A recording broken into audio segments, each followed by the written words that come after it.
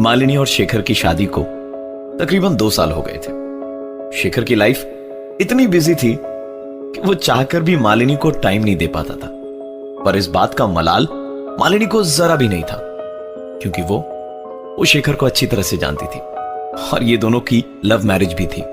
दोनों बैंगलोर के airport road के नजदीक अपने मकान में रहते थे। रोज की तरह लंच खत्म करके शेखर ने मालिनी को फोन किया। फोन रखने के करीबन 20-25 सेकंड बाद ही किचन में काम कर रही मालिनी को एक आवाज सुनाई दी, मानो जैसे कोई ऊपर वाले कमरे में दौड़ रहा हो। यह आवाज सुनकर मालिनी चौंक चुकी थी। वो दौड़ते हुए कमरे में गई कि कहीं कोई चोर वोर तो नहीं है। कमरे में कोई नहीं था। यह देखकर मालिनी की सांस में सांस आई और उसने कमरे की खिड़की बंद की। और जैसे ही वो पलटी, उसने अपने कमरे में एक प्लास्टिक की गेंद देखी, जो आज तक उसने अपने घर में कभी नहीं देखी थी। इस बात को ज्यादा तवज्जो ना देते हुए मालिनी ने हल्का फुल्का दोपहर में खाना खाया और उसके बाद दोपहर की नींद लेने के लिए चली गई। उसे सोए हुए कुछ ही वक्त हुआ था कि उसकी नींद एक आवाज से टूटी। यह आवाज टीवी रूम से आ रही थी। मालिनी को अच्छी तरह से याद था कि दोपहर का लंच करने के बाद उसने टीवी का स्विच ऑफ कर दिया था। दोपहर की आधी नींद से वो उठी और सीढ़ियों के रास्ते जब वो टीवी रूम की ओर जा रही थी तो यही सोचती जा रही थी कि टीवी ऑन हुआ तो कैसे, क्योंकि उसने तो टीवी बंद किया था। टीवी का वॉल्यूम देखा तो पूरा फुल था। जैसे ही उसने टीवी का स्विच दबाकर उसे बंद करने के लिए अपने हाथ आगे बढ़ाए कि उसके कानों में एक आवाज टकराई, टीवी चलने दो, बंद मत करो। 93.5 रेड एफएम पे एक कहानी ऐसी भी, प्रवीण के साथ। मालिनी की दोपहर की नींद अचानक टीवी की तेज आवाज से टूटी। उसने जाकर देखा तो टीवी चल रही थी। जैसे उसने टीवी को स्विच ऑफ करने के लिए हाथ बढ़ाया, तभी आवाज आई, टीवी चलने दो, बंद मत करो। डरी हुई मालिनी घर के बाहर भागी और सीधा उसने शेखर को फोन लगाया। शेखर सारा काम धाम छोड़कर भागा भागा घर आया और डरी हुई सी मालिनी को अपने साथ घर के अंदर ले गया। घर के अंदर सब नॉर्मल था। उसने मालिनी को कहा, तुम बेकार में डर रही थी। तुम अगर मुझ जैसे भूत को हैंडल कर सकती हो तो फिर उससे डरने की क्या जरूरत जो तुम्हें दिखाई ही नहीं दे रहा। देर रात तक बातें करने के बाद शेखर और मालिनी सोने चले गए। रात करीबन 3 बजे मालिनी की नींद एक आवाज से टूटी। आवाज सुनकर ऐसा लग रहा था मानो कोई उनके दरवाजे पे प्लास्टिक की बॉल मार मार कर खेल रहा हो। मालिनी ने शेखर को नींद से उठाया और कहा कि क्या तुम वो आवाज सुन पा रहे हो? रात 3 बजे मालिनी के मुंह से ऐसी बातें सुनकर थोड़ा झल्लाते हुए शेखर ने कहा, मालिनी बस करो यार, बहुत हो गया। मैंने पहले ही कहा है तुमसे कि भूत भूत कुछ नहीं होते हैं।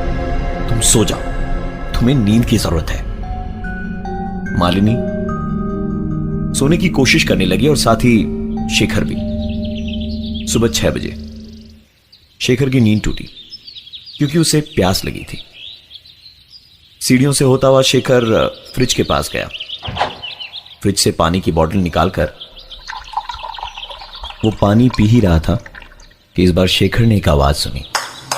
फ्रिज की लाइट की रोशनी में उसने देखा कि प्लास्टिक की एक बॉल उसके पांव के पास पड़ी है। शेखर ने वो बॉल उठाई और दाएं बाएं देख रहा था कि तभी उसके कानों में एक आवाज आई,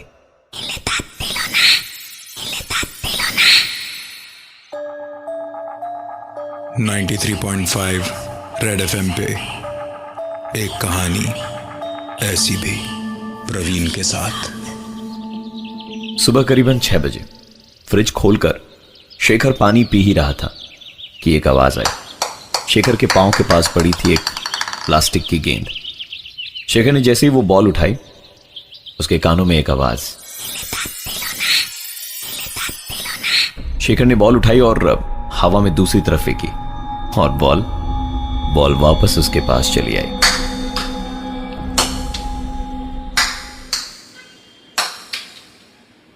थोड़ी देर बाद मालिनी बेडरूम से बाहर आई और बोली, शेखर ये क्या कर रहे हो?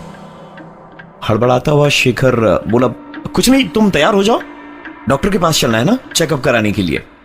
मालिनी तैयार होने चली गई और शेखर ने घड़ी की तरफ देखा तो घड़ी में इस वक्त 7 बजे थे। मतलब पिछले 1 घंटे से यही चल रहा था।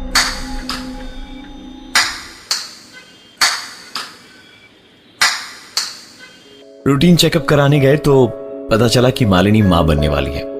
इस खुशी में सारी बातें भुलाकर वो घर लौटते वक्त बाजार से खिलौने, कपड़े, पालना, बहुत सारी चीजें खरीद कर ले आए। आज का सारा दिन खिलौनों को सजाने और चीजों को इधर उधर करने में ही निकल गया।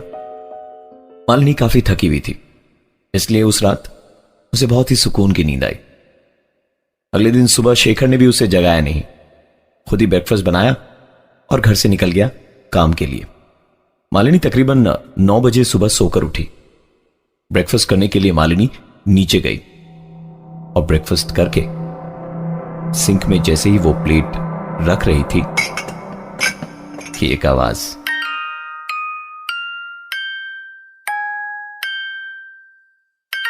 मालिनी ने उस खिलौने को उठाया और उसकी चाबी बंद कर ली। खिलौने को किनारे रखकर मालिनी ने ऊपर वाले कमरे में जाने के लिए जैसे ही पहली सीढ़ी पर कदम रखा, ऊपर से एक बॉल गिरते हुए नीचे आया।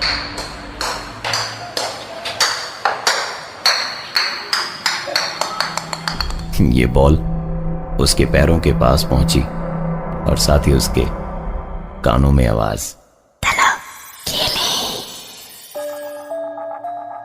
93.5 रेड एफएम पे एक कहानी ऐसी भी, प्रवीण के साथ।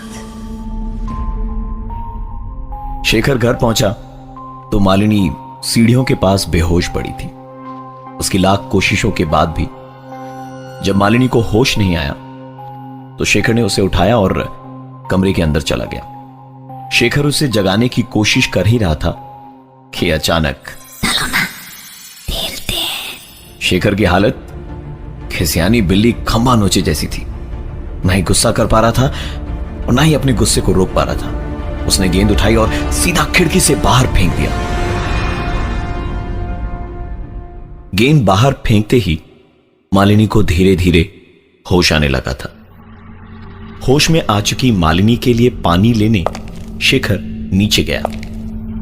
पानी लेकर शेखर ऊपर जा ही रहा था कि पलटकर जोर से चीखा, नहीं खेल सकता, नहीं खेल सकता, नहीं खेल सकता, नहीं खेल सकता मैं तुम्हारे साथ। बचपन से कहते कहते परेशान हो गया। क्यों मेरा पीछा नहीं छोड़ते? मुझे छोड़ दो। सुबह शाम रात कभी तो मुझे अकेला छोड़ो, कभी तो मुझे अकेला छोड़ो। चीख पुकार सुनकर मालिनी दौड़ी दौड़ी बाहर आई और शेखर से उसके चिल्लाने का कारण पूछते हुए सीढ़ियों से उतर ही रही थी कि न जाने कैसे कैसे उसके कदम फिसले और